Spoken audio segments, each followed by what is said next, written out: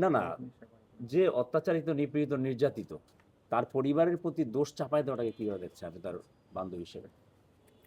পরিবারের উপর দোষ চাপায় দেওয়া বেসিক্যালি চোরের মার বড় গলা। আর কি বলবো, ও চোর, ওর আবার বড় গলা, সরি, ওর ওর হচ্ছে চোরের বাপের নাকাইন্না গলা, সিম্পল। আর বারবার রিজিকের মানে কজ হাতিয়ার, দেখাচ্ছে। হাতিয়ার। আপনারা দেখেন তো ও কি বলতেছে, রিজিকের জন্য আমাকে বাঁচতে দেন, মানে তুই আমাকে খুন করবি, এরপর তুই আমাকে বলবি যে এই বাচ্চাটার জন্য আমাকে বাঁচতে দেন, আমাকে মাফ করে দেন। ব্যাপারটা খুব ফানি না? একদম। রিজিক বড় হয়ে কি দেখবে? রিজিককেও একটা ভালো লাইফ দিবে, আমাকে একটা সুস্থ বাবা। যে ভালো হাজবেন্ড হইতে পারে না, সে কোনোদিন ভালো বাবা হইতে পারে না। ইতিহাস দেখেন, দেখেন আপনারা, আপনারাও তো পুরুষ মানুষ, আমিও একটা মেয়ে মানুষ, আমার একটা বাচ্চা আছে, আমার হাজবেন্ড আছে। যে ভালো বাবা মানে হাজবেন্ড হইতে পারে না, সে কোনোদিন ভালো বাবাও হইতে পারে না, কারণ একটা সন্তান বাবার ফুট স্টেপেই চলে ভাই। জানেন তুমি জানো তোমার বউ কাকে নিয়ে সন্দেহ করে? তোমার বউকে তুমি যদি এতই ভালোবাসো, তুমি ওই নায়িকার সাথে কাজ করার দরকারটা কি তোমার? ওই নায়িকা ছাড়া কি আর কোনো নায়িকা নাই? আরও তো নায়িকা আছে। ওই নায়িকাকে তুমি বাদ দিয়ে দাও না। ওই নায়িকার সাথেই তোমার কাজ করতে হবে, ওই নায়িকার সাথেই তোমার ইন্টিমেট কাজ করতে হবে, ওই নায়িকার সাথে তোমার শুটিংয়ের বাইরে ছবি উঠাইতে হবে। আপনারা ছবিগুলো দেখছেন?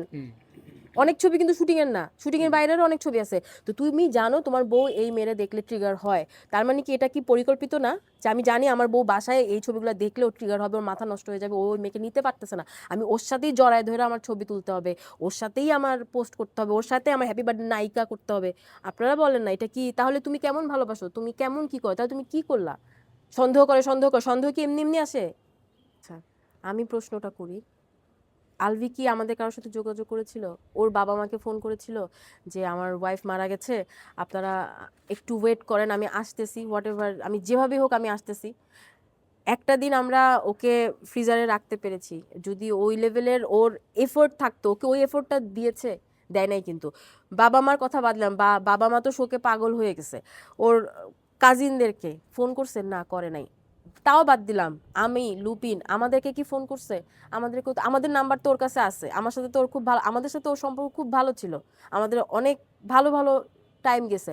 আমাদেরকে ফোন করতো যে মৌলি, যেভাবেই হোক তোমরা আমাকে মারো কাটো যাই ইচ্ছা তা করো, আমি আসতেছি, আমার বউটার আমার একটাবার দেখতে দাও, আমারে ওর কবরের মাটিটা দিতে দাও, আমি ওর একটাবার শেষ দেখাটা দেখতে চাই। বলছে একটাবার? বলে কিন্তু না, ওই এফোর্ট কিন্তু ও দেয় নাই। ও কি বলছে? আমাকে আসতে তো আপনারা মেরে ফেলতেন, আমাকে আপনারা আসতে দেন নাই, আমাকে আপনারা দেখতে দেন নাই, এটা বলছে না? আচ্ছা, ও তার মানে ভয় আসে নাই? ও বললো কি মব, মব করবেন, মবের ভয় আসে নাই, মানুষ নাকি ওকে টেনে ছিঁড়ে ফেলবে, ও নাকি ইনফরমেশন পাইছে। ও এটা বলতো যে আপনারা আমাকে গ্রেফতার করবেন, ও তো এটাও বলছে যে আমি পুলিশের কাছে হ্যান্ড ওভার করবো, আমাকে আইনি ব্যবস্থা নিয়ে আমি সম্মান জানাই, বলছে না? তো ওই সম্মানটাও তখন দিত, বলতো যে আমাকে আপনারা গ্রেফতার করেন, আমি পুলিশের গাড়িতে করেই যাব। তাহলে কি ওর কোনো ভয় ছিল? পুলিশের গাড়ির ভিতরে ঢুকে তো মানুষ ওকে টেনে ছিটতো না, ছিটতো কি? না। তাহলে ও পুলিশের গাড়িতে করে যাইতো, গাড়িতে করে ময়মনসিংহ যাইতো, পুলিশের মানে তত্ত্বাবধানে, পুলিশের সিকিউরিটিতেই ও কবরে মাটিটা দিত। এরকম কি হয় না ভাই? এরকম তো হয়। হয় অনেক। অনেক বড় বড় দাগি আসামিকেও কিন্তু বউয়ের লাশ দেখানো হয়।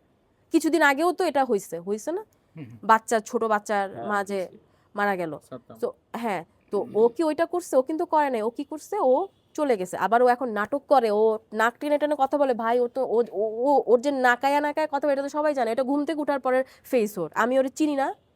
আমি তো দেখছি ওর ঘুম থেকে উঠেন না ফেস কেমন। একসাথে আমরা ফ্রেন্ডরা সবাই অনেকবার এরকম হয়েছে যে আমরা একসাথে একসাথে আমরা ছিলাম সব ফ্রেন্ডরা, সময় পার করছেন জাস্ট, হ্যাঁ। সময় পার করেছি, ছিলাম শৈশবের না? স্মৃতি ওকে তো নিয়ে, আমরা হ্যাঁ। চিনি ভাই। আমার বিয়ের সময়ও তো আগের দিন ওরা আমার বাসায় ছিল না, আমি তো জানি সকালবেলা ঘুম থেকে উঠলে ওর ফেস কেমন হয়। আর ও এই এলিগেশন লাগাইতে পারে না যে আমরা ওকে দেখতে দেই নাই, ওই এফোর্ট দেয়ই নাই, ও আসেই তো নাই, ও তো উল্টা পথে চলে গেছে। রিজিক, রিজিক তো একটা বাচ্চা ভাই, ওকে তো ম্যানিপুলেট করা হয়েছে, ওকে তো ম্যানিপুলেট করা হয়েছে, ও তো বাবা পাগল, বাবার, ওর তো মা নাই এখন। ও প্রতিটা রাত ও কি মাকে খুঁজতেছে না? ও তো মাকে খুঁজতেছে, ওর কে দাদির কাছে রেখে মা এখানে সেখানে গেলেও ওর ইকরা কিন্তু অলওয়েজ রিজিকের সাথে কানেক্টেড থাকতো, ফোন দিয়ে দিত, বাবা আমি আসতেছি।